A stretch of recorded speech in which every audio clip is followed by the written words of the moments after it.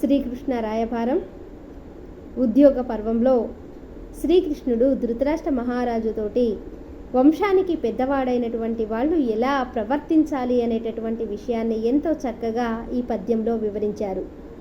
ఈ వంశంబునకెల్ల నీవు కుదు రిందెవ్వరి చందంబు లెట్లై వర్తిల్లినంగీడు మేలుందుది నియమం దెందెడుగాన సద్భావం బరసిలోను పొత్తు వెలిర్వుత్తంబున్ జనస్తుత్యముల్ గావింపందగునీ ఎవ్విదంబునం గౌరవ వంశాగ్రాణి. ఇక్కడ చూడండి, ఈ వంశంబునకెల్లా, ఈ వంశము కౌరవ వంశంలోకెల్లా నీవే కుదు, నీవే మొదటి వాడివి. కౌరవ వంశాగ్రాణి, కౌరవ వంశానికి అగ్రగణ్యుడైనటువంటి మూలమైనటువంటి గొప్పవాడు పెద్దవాడివైనటువంటి నీవు. దెవ్వరి చందంబు, ఎవరు ఏ విధంగా ఉన్నప్పటికీ కూడా, ఎట్లైనన్ వర్తిల్లినన్, ఎవరు ఎలా ప్రవర్తించినప్పటికీ కూడా, కీడు మేలుం దుది నియమం, మంచి చెడులు అనేవి ఆలోచించి నిర్ణయించాల్సినటువంటి వాడవి.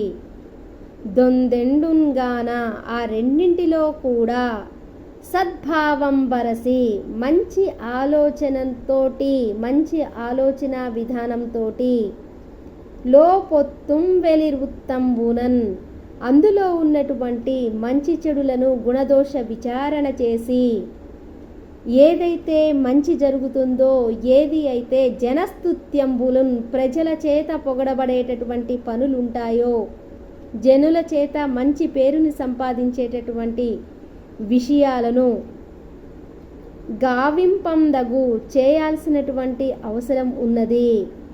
నీకా ఎవ్విదంబునన్, మీకు ఇప్పుడు మీరు ఏ విధంగా ఆలోచించినప్పటికీ కూడా అందరికీ మంచి జరిగే, నలుగురి చేత పొగడబడే విధంగా ఈ యొక్క వంశాన్ని ముందుకు తీసుకెళ్లడానికి, కౌరవ వంశానికి మంచి పేరు ప్రఖ్యాతులు వచ్చే విధంగా గుణదోష విచారణ చేసి మంచి నిర్ణయాన్ని చేయవలసిన సమయం ఇప్పుడు వచ్చింది అని చెప్పేసి ధృతరాష్ట్ర మహారాజుతోటి శ్రీకృష్ణుడు చెప్పాడు.